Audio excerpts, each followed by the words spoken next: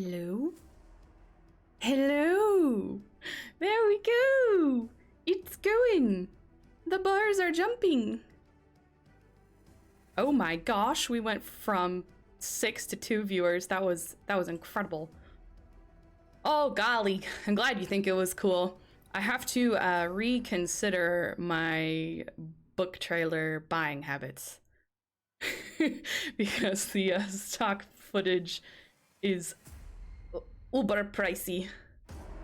Tell me if the music's too loud. I'm trying to get it like just right, but it keeps like turning off and turning back on.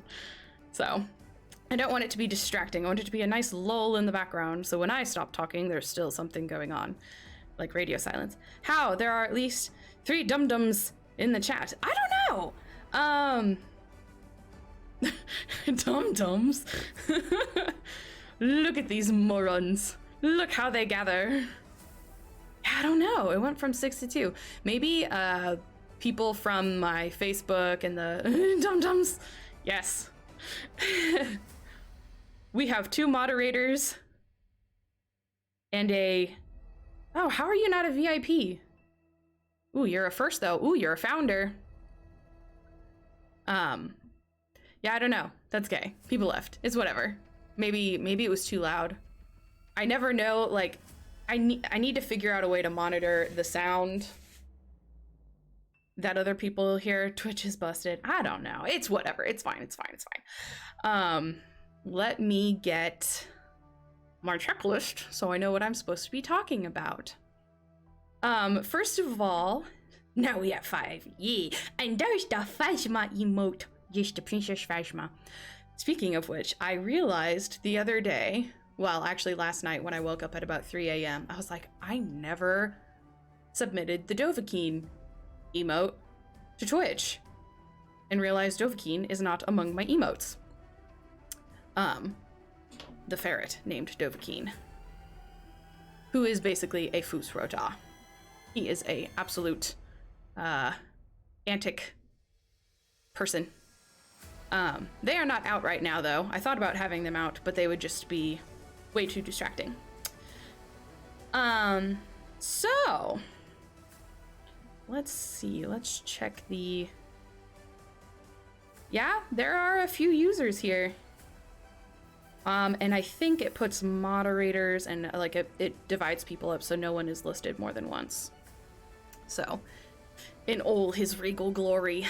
Yes, his big, fat, furry glory. 2 Eastern? Oh, yes.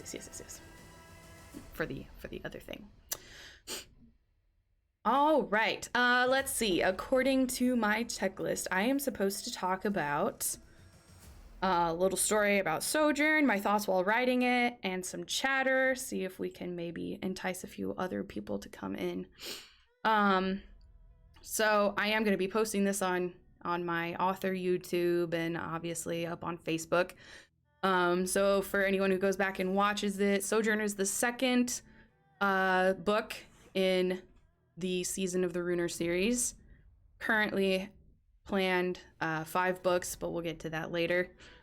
And it most likely will happen that way. I'm very much a plotter, so everything is planned out. A few things are still up in the air for the ending, but so it's the second installment. If you haven't read the first one, you should. You can go visit my website and find all the information about it. More information than you've ever wanted to know about an indie author series is up on my website. Season of the Runer got its own section over there. So it has like different header, different background, all for that. Let's see. What else about Sojourn? The title I totally stole from, I think it was either the second or third book in R.A. Salvatore's Drizzt Do'Urden series, which everyone is familiar with. He writes for Forgotten Realms. It's a D&D story, and I think, I can't remember if it was the second or third one, was called Sojourn, and is totally based on Frankenstein.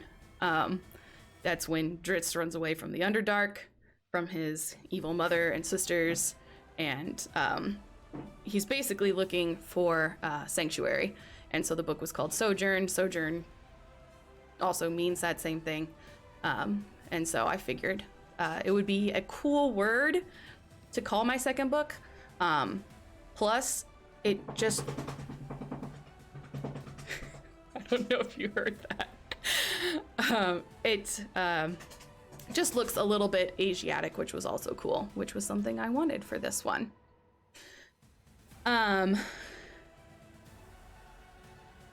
And also sojourning into another country is what my main characters are doing. They are running away for sanctuary, and of course they don't find it, or else there would be no book, right?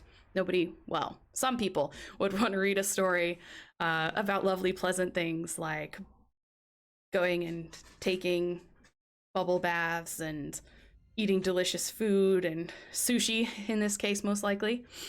I was proofing an audiobook chapter the other day, and one of my characters was eating basically a sushi roll. And I was like, man, I really want sushi. I want sushi so bad. In fact, this book is probably why I've been craving sushi for the last 6 or 8 months. Sushi for me. Yeah, sushi. It's so good. And like you can literally eat like a truckload of it before you feel bloated and disgusting. Yes. There are a few scenes actually, Elizabeth, when you read the book, you'll be like, oh, I wonder if she was thinking about me and Siri, and the answer is yes. Sybil's super into taking like baths in the hot springs and stuff like that. Come visit. We have a very nice sushi place. I will. I fully intend on eating sushi after being subjected to 3 episodes of Wheel of Time. So I'm really nervous about watching that show because I'm afraid it's going to change my, no, it won't change my mind about the books, but I'm afraid I'm going to like it. So I'm like mentally preparing myself for that. All right. We're at 12:13, so I'm going to smoosh ahead. Talk about the book box that I put together. So funny story about these book boxes. Oh wait, first let me just show you the book. Here it is in all of its, let me see what I'm looking at here. Yes, baths. You'll like them. I described them very good. Here's the book itself. This is the hardback. Sorry, you don't get to look at my face.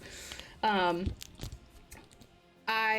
had to close down my press mid-releasing this, so it has the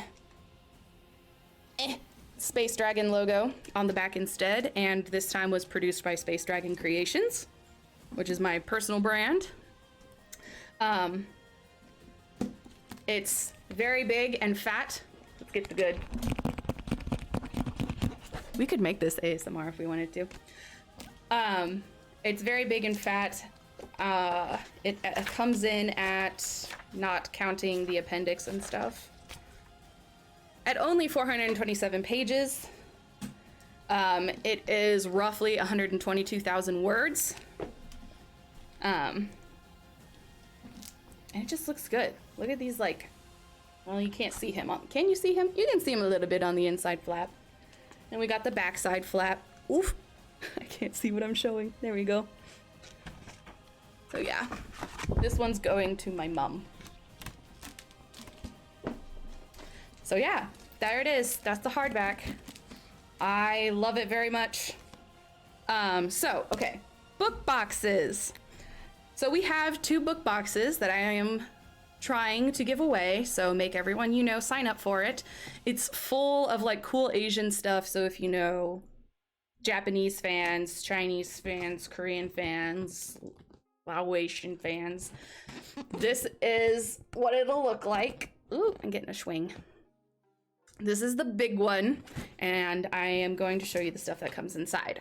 I have been presenting them on my Facebooks, so that way everyone can see them.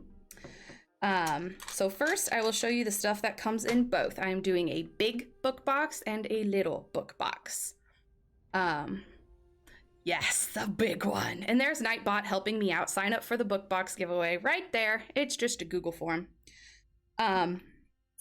So want to break anything. So some of the things that come in both book boxes, obviously uninspiring. You will be getting 2 bookmarks. These come in each book box. This one, sorry, featuring the cover of the first book with Tarkan and his dead dragon on the front. And then a rune bookmark that does match the merch in the store, which is super cool. This one is, this one I made, so it's okay, but it's cool. It's cool. Then, whoops, in both boxes, what would monks be without their tea? So there is this, who is this? Harney and Sons, which is my favorite tea people because they come in these metal boxes. This is Chinese flower tea. It is not flowering tea, it is flower tea. Green tea with flowers and lemon. I haven't tried it yet, but it sounds really good. So you get a box of these. There's 20 sachets, I believe, in each. Yes, 20 sachets in each tin. Then, of course, the music is being too quiet and making it weird. There we go. A character plot point. Each box comes with this really pretty case, and inside, if I could open it, there we go, is a pair of chopsticks. Oh my gosh, I can't get them out. I'm very bad at this. There we go. A pair of chopsticks, which have little golden leaf flowers on the end. They are wooden, so reusable. And this case is very pretty. Very pretty. So everyone gets chopsticks. The next thing everyone gets is, I love this little guy so much. I wanted to buy one for myself, but they only had like 3 or 4 in stock, and so I bought 2 of them. This little white dragon, he's made of glass or something, but he's super pretty and mega cute. He's got the little orb in his hand. In Sojourn, on the continent, in the country of Jia, they worship the great white dragon, he's their god.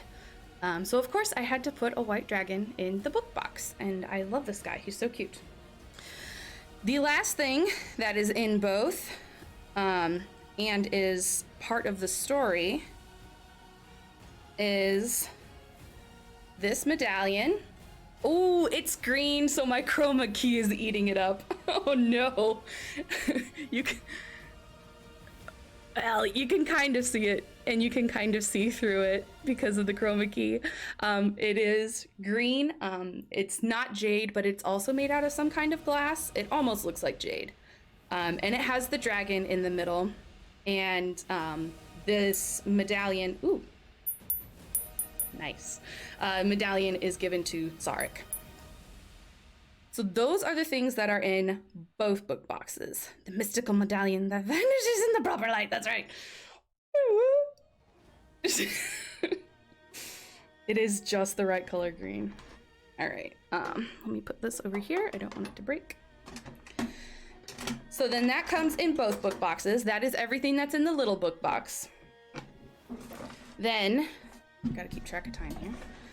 In the, or exclusive, rather, to the big book box,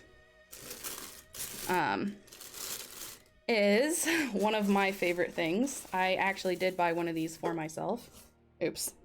The gold and red confetti is just going everywhere. Is this pint glass, which has the, one of the characters on the front. I won't say his name. He's on the cover. He's my cover guy, as you can see over here. He's on the cover. And then on the back, it says Season of the Runer, Book 2, Sojourn. And I use mine every single day. I love it very much. That is exclusive to the big book box. Also exclusive to the big book box is a wall hang that actually I'm not going to pull out and show everyone because 1, it's huge, and 2, it takes me forever to fold up. But it is the cover So this thing over here, the cover of Sojourn minus the text, so it's just the artwork. When my artist, whose name is Andre Batt, by the way, B-A-T-T, you can find him on 99 Designs through Vistaprint. He's an amazing artist. He's won several awards. You can go see his portfolio over on 99 Designs. When he sent me the artwork, he sent me 2 different versions, and I was like, I love this element and I love this element. Can we combine them? And then he did. And it was just the most beautiful thing I'd ever seen. I fell in love with it, from the waterfalls, the green of the grass, the twinkle on the blade, the pink from the cherry blossoms. I loved it so much. I sent the blank cover to a print store here in town, printed it out, framed it, put it on my wall, and thought that would be a great book box item. Let's see, what else? I think those are the only 2 things that are special to the big book box, which is enough. So those are packaged up and ready to go. If you know, that's really neat stuff. Thank you. I hunted around for some cool stuff, didn't want cheap stuff. And it was actually way more expensive than I thought. One, because I accidentally bought the wrong size of box. I bought these little black ones. It's ugly right now. And I thought whatever that size was would be big enough. And then it wasn't. And obviously you can't buy these corrugated book boxes by 1s or 2s, which is what really sucks. You have to buy them in bulk. So I have 30 of the 2 small ones and 30 of the big ones. So for the next books I'm putting out next year, I'm going to do small book boxes as well. Not nearly with expensive stuff like this. But so I tried to think of, I could garner some of that back if I did a raffle. So if people paid for a chance. Well, it turns out that's called gambling and is illegal. So unless you are associated with something and you fill out a paperwork, and so I was like, great, I literally have to give these away. So I am. Not never again, just different. And things like that used to frustrate me, but now I look on it as a learning experience. I underestimated the size of this box. I was thinking a 9x6 box would be big enough, and obviously it wasn't. I think it's 3 inches deep and the bigger one's 4 inches deep, but now I have a bunch of boxes. And I do plan on using them. If I hope someday to do in-person author events, and it would be so cool to be there with my books and like book boxes to sell.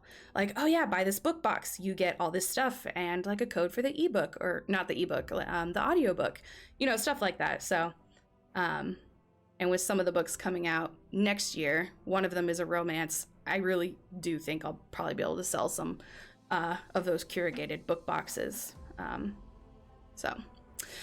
So yes, those are the book boxes. All right, what is next? Audiobook presentation. Okay, before the Q&A. I kind of feel like I should do the Q&A first. In fact, yes, I'm going to switch that. I'm not going to do the audiobook presentation yet and talk about my amazing narrator. So first, let's jump into the Q&A. I got some people commented, leaving questions. I think 3 questions were left. And then a couple other people messaged me, and those people aren't here, so they don't get to hear the answers to their questions.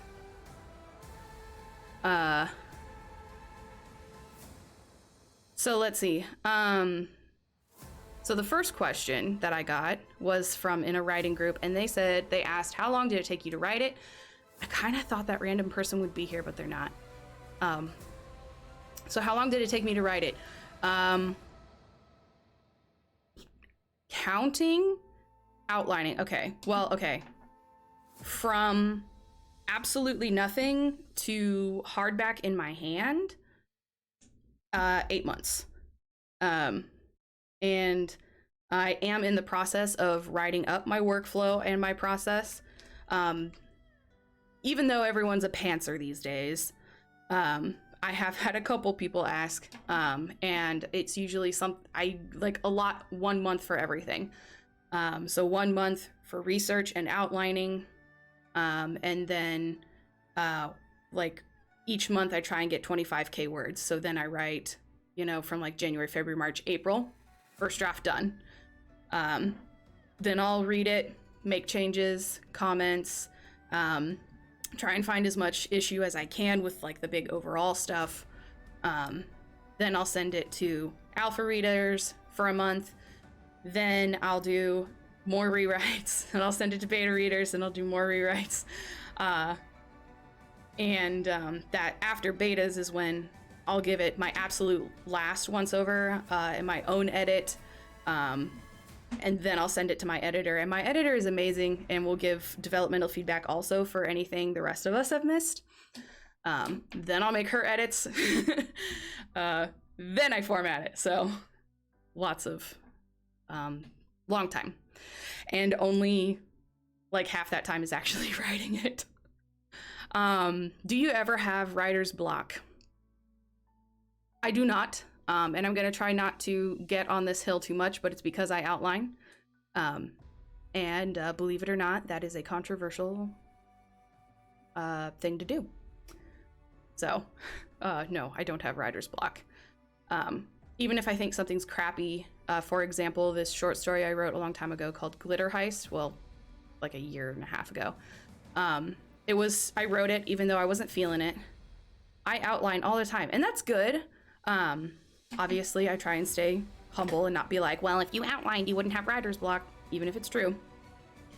I think outlining is good, and people are like, well, then there's no room for flexibility. Yeah, there is. I can't tell you how many times I have moved a chapter. It's been like chapter 4, I outline it, I write it, and then as I go on, I'm like, okay, well, this is 4.1. Well, now it's 4.2. Now it's 4.3, 4.4, 4.5, and things get moved around and changed all the time. The only thing an outline stops you from doing is not writing. Because you always know where you're headed. So it's like, well, okay, I can write something, and yeah, it happens all the time where I'm driving and I get an idea for a scene and it's like, oh, like, okay, like say I'm on chapter 10 and then I got a great idea for a better chapter 2. I'll write that chapter 2 and put it in there. So yeah, outlining is good. The only thing it stops you from doing is not writing. What are your marketing strategies? None. I am the world's most garbage marketer, like most indie authors. I do what I can. I spend too much money with not enough turnaround, which is something I've learned over the last year with the Runer series. So I'm not going to stop doing things. I'm just going to do different things. Trying different things. Social anxiety really stops me from getting out there. The plague has really stopped me from getting out there physically. But that's my next strategy, is to try and do that. Ask libraries, bookstores. Do you write in order? Like, do you do chapter 1, then 2, and so on? Yes. But like I said, so sometimes, yeah, if I have, like, for example, if I've written 1 through 4, and then something's happening in 5, and I'm like, oh, wait, like, I want this to happen now. Like, I just got this good idea, and it's like, well, I need to make sure I've laid the groundwork for that, so then I'll go back and make a new chapter 4. And then obviously in the editing phase, I will, like, there's always rewrites happening or things being cut out. For example, with Sojourn, I had a whole last chapter that I loved, but I cut it out, and then okay, but you won't just write chapter 10 before writing chapter 5. Sometimes, if it's like, oh, I know I want this thing to happen, or I want to see this scene happen, and even then it's like, when you think that that scene might not make it. So then you're like, okay, I'm gonna write this scene or this chapter, if it's like 3,000 words, right now. And then you just hold on to it, and then it's like a puzzle, like, okay, where does it go? Okay, this is probably gonna go, maybe it is chapter 5, then you plug it in there after you write it, but maybe you're already writing chapter 10. Other times, I'll write the last chapter and hold on to it, because I think that's gonna be the ending, And I'm like, this is the last chapter, and then I'll fill in the gaps. Yeah, it's very fluid and it changes a lot. Which is why I think I don't hate outlining, because I know where we're supposed to end up. A certain author will write the ending and then go back. I always, if I don't know the ending, I can't outline because I don't know where I'm supposed to end up. So I will outline backwards most often.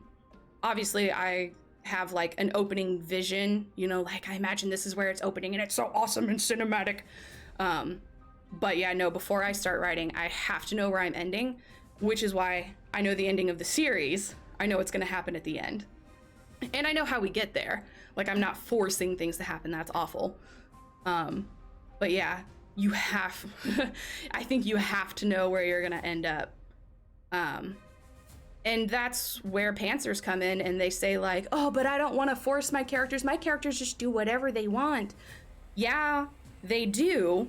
But if you know where you want them to end up, you can change them to get them there. And that's what people want to see, right? Is the character arc and the progression and the change and the difference.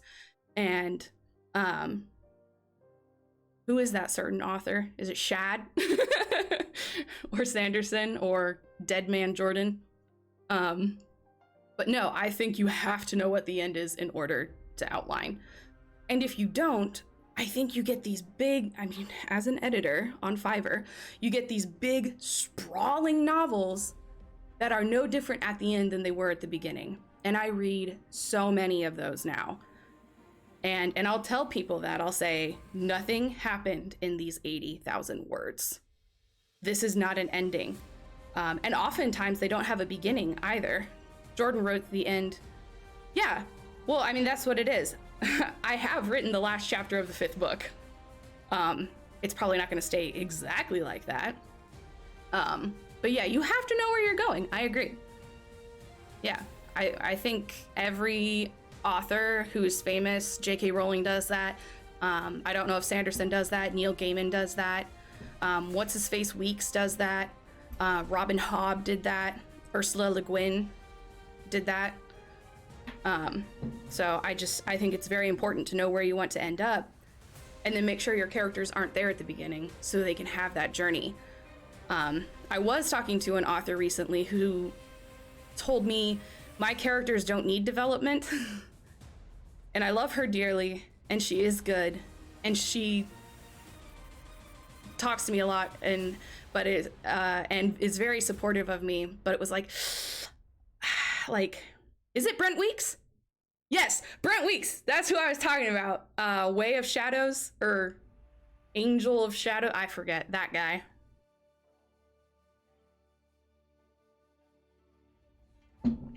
Yes. So anyway. All right, that was forever long. Point is, know where you need to end up. Yes, write that ending. No, you don't have to write in order. I hardly ever write in chronological order. Just make sure it makes sense in the end, that there's flow and that there is change. And yes, Night Angel, Way of Shadow. Yeah, that's the one. Oh, golly, I had a crush on that one guy. I can't remember his name. Had a Z in it. All right. How many books do you think the series will be, and did you plan on that many or that few? Okay. So we kind of touched on this. 5 books, because there are 5 runes, and it's all symbolic. Yes, I planned on 5. I don't think there are going to be less.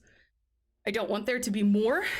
I want to stick with what I initially did for the reasons that I did. Okay. Here's this question I was talking to Jordan about last night. I can't remember who sent this to me.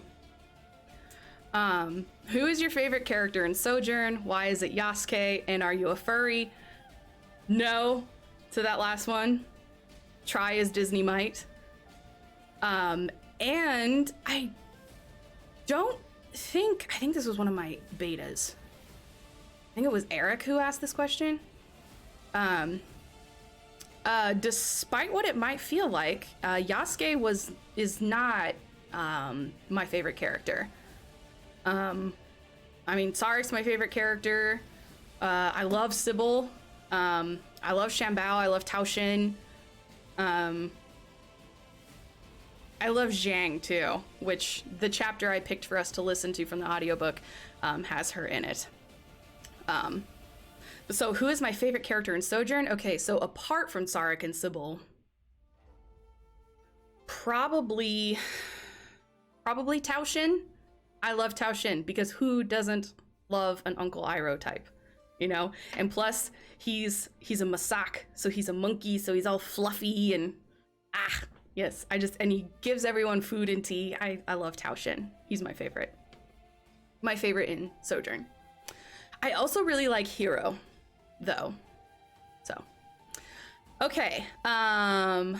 What is your favorite part about, or what was your favorite part about writing this book? My favorite part about writing these books is when I get the audiobook chapters to proof.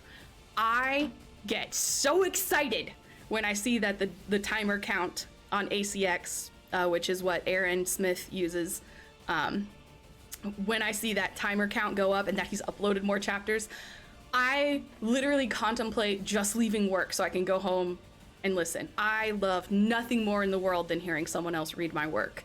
Like, I know I'm paying him hundreds and thousands of dollars to do it, but I love hearing words I have written come out of someone else's mouth. That is my absolute favorite. Gives me a thrill like no other. Gives me a reason to live and wake up in the morning. What was the hardest part about writing this book? Cutting out that chapter. I think about it all the time. But that chapter had to go because it took away from Jia. It was like, okay, we're done with Jia, now moving on. Like, and so I had to get rid of it. So cutting out that chapter was the worst part. That chapter was the first chapter of the third one, but now it's actually the third or fourth chapter of the third one. So again, everything moves around. I wrote it first, but it's not the first chapter anymore. And it's not the last chapter in this one anymore. Who do you think had the most personal growth and why? So there was a scene in this book that I specifically asked my betas and my alphas, was this scene a problem? Because I thought it showed a little too much spontaneous character growth. But all of them said, like all three alphas, all three betas, said that it didn't. So I kept it. I think Sarek and Sybil grew a lot in this one. Zarek's a little bit of a xenophobe. He just wants to go home real bad. But, you know, and he... just read the book. I don't want to give any spoilers away. But I think he grew a lot in this book. And Sybil did too. But maybe not in the good way that Sarek did. Okay, this one was from the Aspiring Writers group. What culture do you base your cultures off of? All of them. All of them, as respectfully as possible. And I'll actually save some more of that for one of the other questions. Based on your cover, I assume you like anime. This also came from Aspiring Writers. Now, I used to. Back in the Knights of the Zodiac days and the Trigun days, there's more to Asia than anime. Just FYI. It is a beautiful cover though. Why? I remember this one. There was a argument online. Why did you choose Wuxia setting? All right, so for anyone who doesn't know, Wuxia is, I don't know if it's just movies, but it's a genre of Chinese fiction that is about the adventures of martial artists in ancient China. That is what Wuxia means.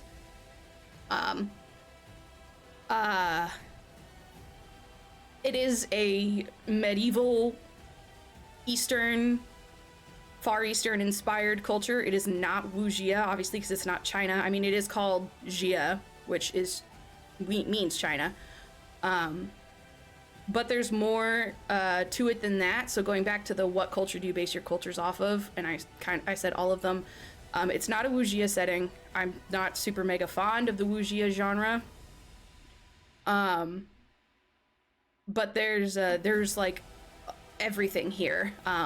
You'll notice in the descriptions there's a lot of like Thai sounding statues. In Jia, my Jia. There's the province of Seoul, which is 100% based on Seoul, Korea. There's a little bit of Laos, Laotian stuff as well in there. So lots of them, not wuxia, just a big mishmash, but hopefully unique enough as well. Which brings us to the last questions. Do you do any research for these cultures? Oh my gosh, yes, a month's worth. I usually take December to research and outline my Runer stories, for the last 2 years, so this will be the 3rd year. I start with library books, usually looking up myths, legends, monsters, horror stories of the ancient cultures, all kinds. If you are familiar with the story of the white snake from Chinese culture, you'll see that in Sojourn. There is a lot of Chinese influence, but there's also some from everywhere. But yes, I do a ton of research. I have tons of books that I get from the library about myths, legends, monsters. Read them, pick out my favorite bits. I watch like compilation videos on YouTube. I have a whole season of the Runer research playlist, where people from these different cultures, a lot of them are not in English, and so I have to then Google, where they tell us about like, top 10 scary monsters from, Philippine legend, stuff like that. And my brain does the rest for me because everything mix and matches. I forget what came from where. Did this weird lion dragon thing have antlers, or is that the Kirin? Oh, I don't know. Just put them together. So yeah, tons of research, but I don't want them to come off as like, oh, this is a Chinese mythology story. No, I still want it to be Jia, I want it to be Bruner, and I want it to be its own thing. And I hope that's what comes through. So, all right, let's see what's next. Psst. My stream says I'm playing League of Legends. It does. How very strange. And it's funny because I changed it twice. How rude. Thank you, sir. We will change that. So while I am changing that, any other questions? Boschman, I loved your questions about writing out of order. And I think it's interesting how many people don't write out of order. And it's also interesting how many people think that outlining is so bad. I don't know why people think outlining is so bad. One day, I might know.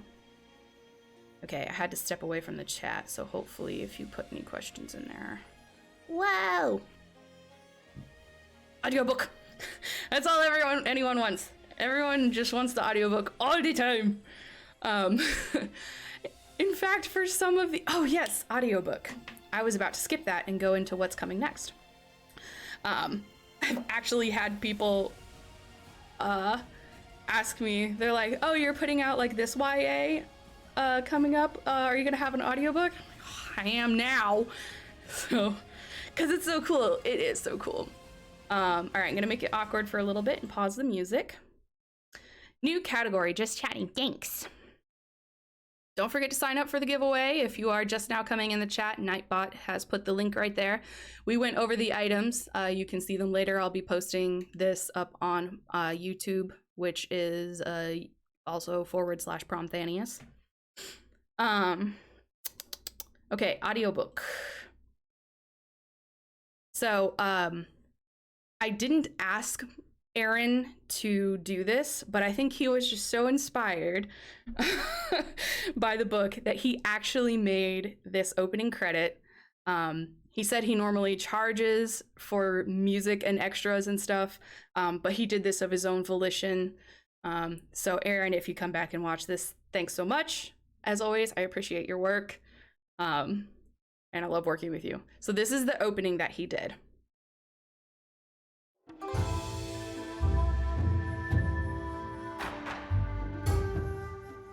Season of the Runa, Book 2, Sojourn. Written by Abigail Linhart. Narrated by Aaron Smith. Cool, right? I was hoping to have all this stuff changed over by the time that was done, but it was actually harder for me to find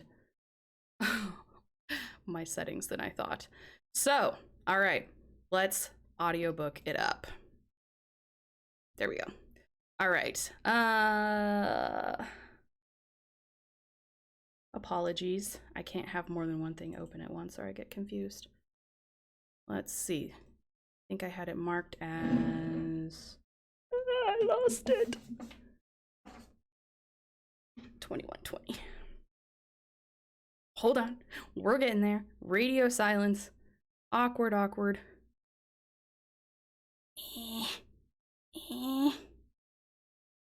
Okay, we're just gonna start from there. Well done, Sybil. All right. He mused. Here we go. Audiobook. Glad to be out of the dreary side of the city, Sybil took in the sights and unusual smells Gia offered. While there was a dedicated square to merchants, sellers lined almost every street, accompanied by forgers, farmers, fishermen, and other trade workers. Everyone rushed about as if there weren't enough time in the day. More than once she found herself dodging around a hurrying citizen.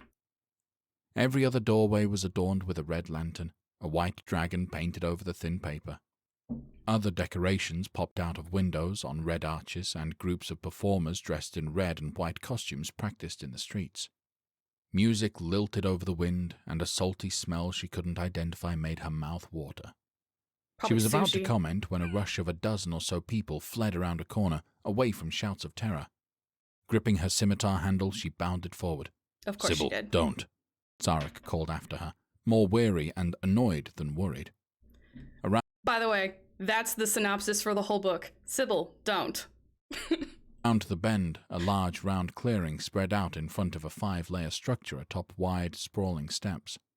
It looked to be a town hall or another kind of political house. A group of men and women in judicial robes and odd flat hats mumbled together on the steps. A group of onlookers gathered in the yawning square at the base of the hall as 2 prisoners were brought forward. The ones bringing the prisoners forward were the generals they had seen on the Wushito ship alongside Wu Shanbao. One, the half-Masak with the fox-like ears, and the other, the serpentine woman with the lower half of a man-sized white snake. Who's my Her favorite? slitted purple eyes flashed as she spit venom at those who dared get too close. "Is this the way of Wushito?" a wealthy man cried, trying to break from the onlookers. "Your sons are traitors," the viperous general hissed, rearing up to a great height like she might strike. "Lies!" the man screamed back. "There is nothing traitorous about speaking with Oceania. Our own Dijuan has a treaty with them." "Trust Wushito," the general spat, tossing her prisoner to the ground. "We see what our Dijuan does, not from his sun throne." The second general came forward, pressing down on his prisoner until he knelt. "Wu Jiang means to say we are sorry for your loss, Shino. The Hollow City will repay you for your loss." "Silence, Wu Yasuki," the viper hissed, her white tail twitching. "You do not speak for the Hollow City." "Nor you." Wu Yasuki I love cut in, her. She's one of his my fox favorites. ear turning to hear her. "Shino," he addressed the man by the continent's honorific sadly. "Your sons have been caught with papers asking for aid for a war that has not yet begun. Warmongering is punishable by Wushito law and Jian justice. We do not want this stirring to erupt. If this civil unrest escalates, this war will be fought on Jian soil, among our mountains, not far away where it can be ignored." Sybil swallowed. "Are they going to execute them in the street?" Sarek grabbed her right arm. Don't interfere. But she had already stepped forward, detaching from the circle of onlookers. Unsure if the offense was justified, she knew every man had the right to beg or bargain for his life. Wu Zhang's slitted purple eyes snapped to Sybil. Care to make a statement, foreigner? She coiled her body around one prisoner and squeezed. The man gasped. She opened her mouth but couldn't find the words. All eyes turned to her. Behind her, she could all but hear Sarek groan. Have you sympathies with traitors to Jia? Wu Zhang whispered, squeezing so hard the man's eyes turned red with blood. This is why we must not bend a knee to the Wushito, the father of the prisoners cried out. Does the Dihuan not hear our calls? Enough! The circle parted, and Shan Bao and Jin came forward. Shan Bao's salt and pepper brows angled down into such a deep scowl, his eyes were nearly hidden. I expect this from you, Jiang. Yasuki? He sighed sadly, his shoulders falling. I thought your empathy was stronger than this. Relief filled Sybil, and she allowed Sarek to pull her back out of sight. You are right, Shino. Shan Bao faced the pleading man. This is not the way of Wushito. But you may not like my offer.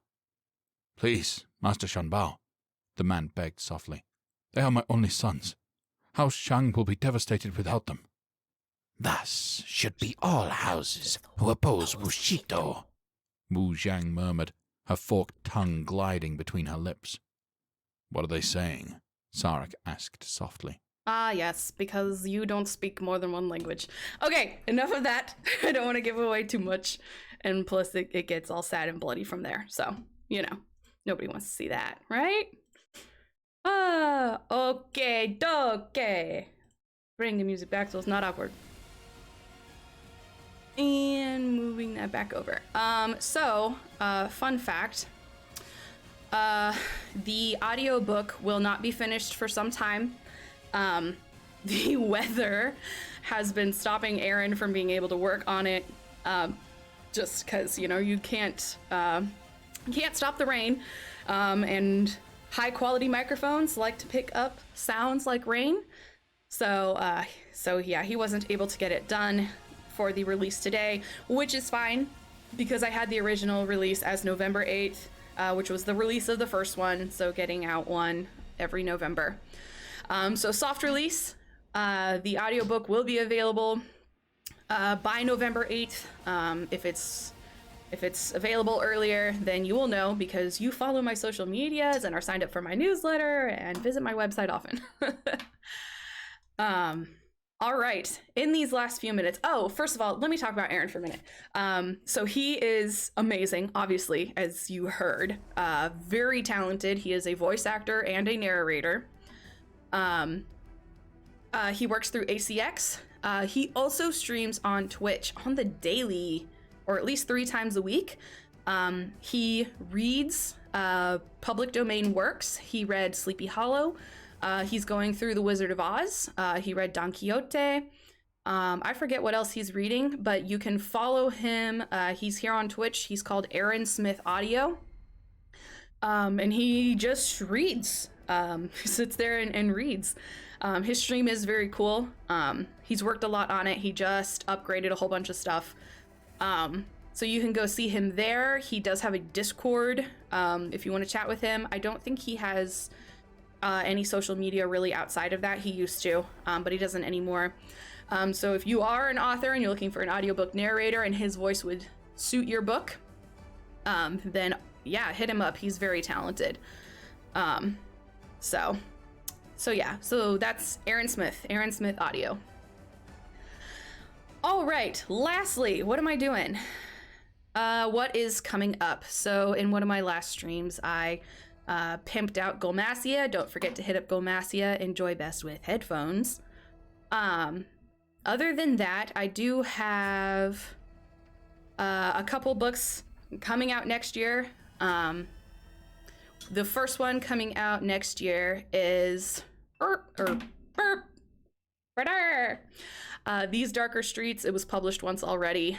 was only out for a few months before my traditional publisher dropped all of their authors. So I get to publish it myself. I got an artist to do a much better cover with Bridget here on the front, and some of the ghosties and stuff. It is a romance, but it is also a dark fantasy. There are hellhounds and of course monster hunters and reincarnation. So that's a good one. Yes, it will be on audiobook as well. I'm gonna get a Midwestern narrator for this one, so someone different than Aaron, but that's because it takes place in Ohio. And need a not quite so fantasy voice for it.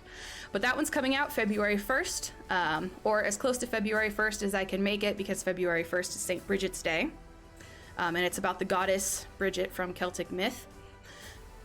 Then in the YA department, which I'm I'm not going to show the cover yet.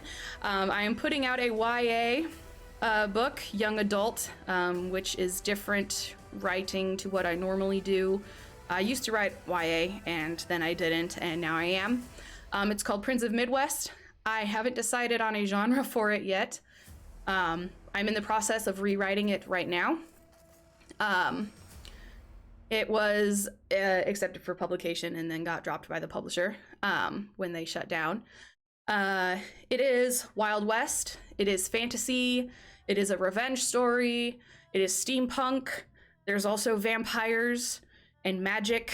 So I don't know what genre to call it. And I think I will have the narrator who did Why They Killed, which if you haven't gotten and listened to Why They Killed, you should. It is only an hour and a half. It's a fantastic book, that's what it is. Gosh, I hope so. There are some parts I've been going back and reading that are very cringe. And let's just say Abby, from however long ago that was, it was a very long time ago, because I wrote it in over 2 NaNoWriMos, so it was written over 2 years. Well, it was written over 2 months, over 24 months. I did a lot of telling, so there's a lot of rewriting that needs to be done. Some plot points are changing. I tried to force some kind of dumb cringe stuff. That's what most of my notes say to myself down my side. This is cringe, cut it. This is cringe, cut it. And I've written an entirely new chapter 1. So Boschman, going back to your question, yes, I wrote chapter 1 after the whole book was finished. I also have 3 short stories written in this universe. One will be coming out in the Wicked West anthology that's coming out next month. The 2 others were actually rejected for publication because they're so bad. No, I think it's because they're so weird. They're very hard to place. Very hard to sell a bizarro genre, which is why I decided to make this one YA, because it's a bigger market, easier sell for weird stuff. But it is a revenge story. It is a little dark, it's a little depressing, full of gray characters. Our main character, he is a heroic vampire, and then the other main character is a very unpleasant person. But you know, he changes at the end of the book. That's the point of the book. So anyway, those are the 2. Prince of Midwest comes out in July because it's a Wild West American novel. So of course it comes out in July. And then These Darker Streets will be out February 1st. And then of course next year in November, Season of the Ruiner 3, Eldritch Hunt, will also be out. So those are the things I am doing, the things I hope to do next year. These Darker Streets and Prince of Midwest are standalones. So you can read them by themselves without fear of a series. I've been told multiple times as I've tried to get people to read Ruiner, I don't read serieses, or I don't read serieses till they're finished, which is very disheartening, and really doesn't help independent authors. So I will ask that you give independent authors a chance, as I am one. Waiting until the series is finished doesn't help them or support them. So it's worth you not having a sequel or being let down or not being able to binge something in order to help support an independent author. I actually got in trouble in a writing group talking about how binge culture is bad and doesn't allow for small independent creators, basically. And I got told that I was pompous and how do I get this off? Where's the other one? Nope, that's that one. Oh, there we go. Transition. There we go. Anyway, and that I was crying that people weren't reading my book, but I wasn't. I was crying on behalf of all independent creators. Ooh, Eldritch Hunt. Yes, Eldritch Hunt. There's a thing I do where the last chapter of the book is the title of the next book. So in Trial of Two, the last chapter was Sojourn, and in this one, the last chapter is Eldritch Hunt. It's all coming together. And in the third one, there's a lot of white people because they go to KRN. So there's been one white person in all two of these books. And in the next one, lots of white people. So lots of Viking types. But anyway, yes, keep an eye out for the audiobook. Even if you just want the audiobook, something just crashed. It would be very cool if you got the ebook, just so you can see how words are spelled, how places are spelled. As a writer, I think a lot about that, how words look on the page, especially since I write in English, but about other cultures, and how I try to get that culture to look in those English words. So anyway, all right. That is all. You can find information on my website, which is right there, thanks to Nightbot. You can order any copy. It comes in hardback, paperback, and ebook, and soon audiobook. Thank you so much for spending your time with me. I know it's Saturday and you guys have stuff to do. I really appreciate it. The support and the attention and helping me out makes me think that maybe all of this might be worth something someday, and that maybe all my time and effort has produced something of value. So thank you so much, and I will see you guys later. Peace out. Don't forget to be excellent to each other.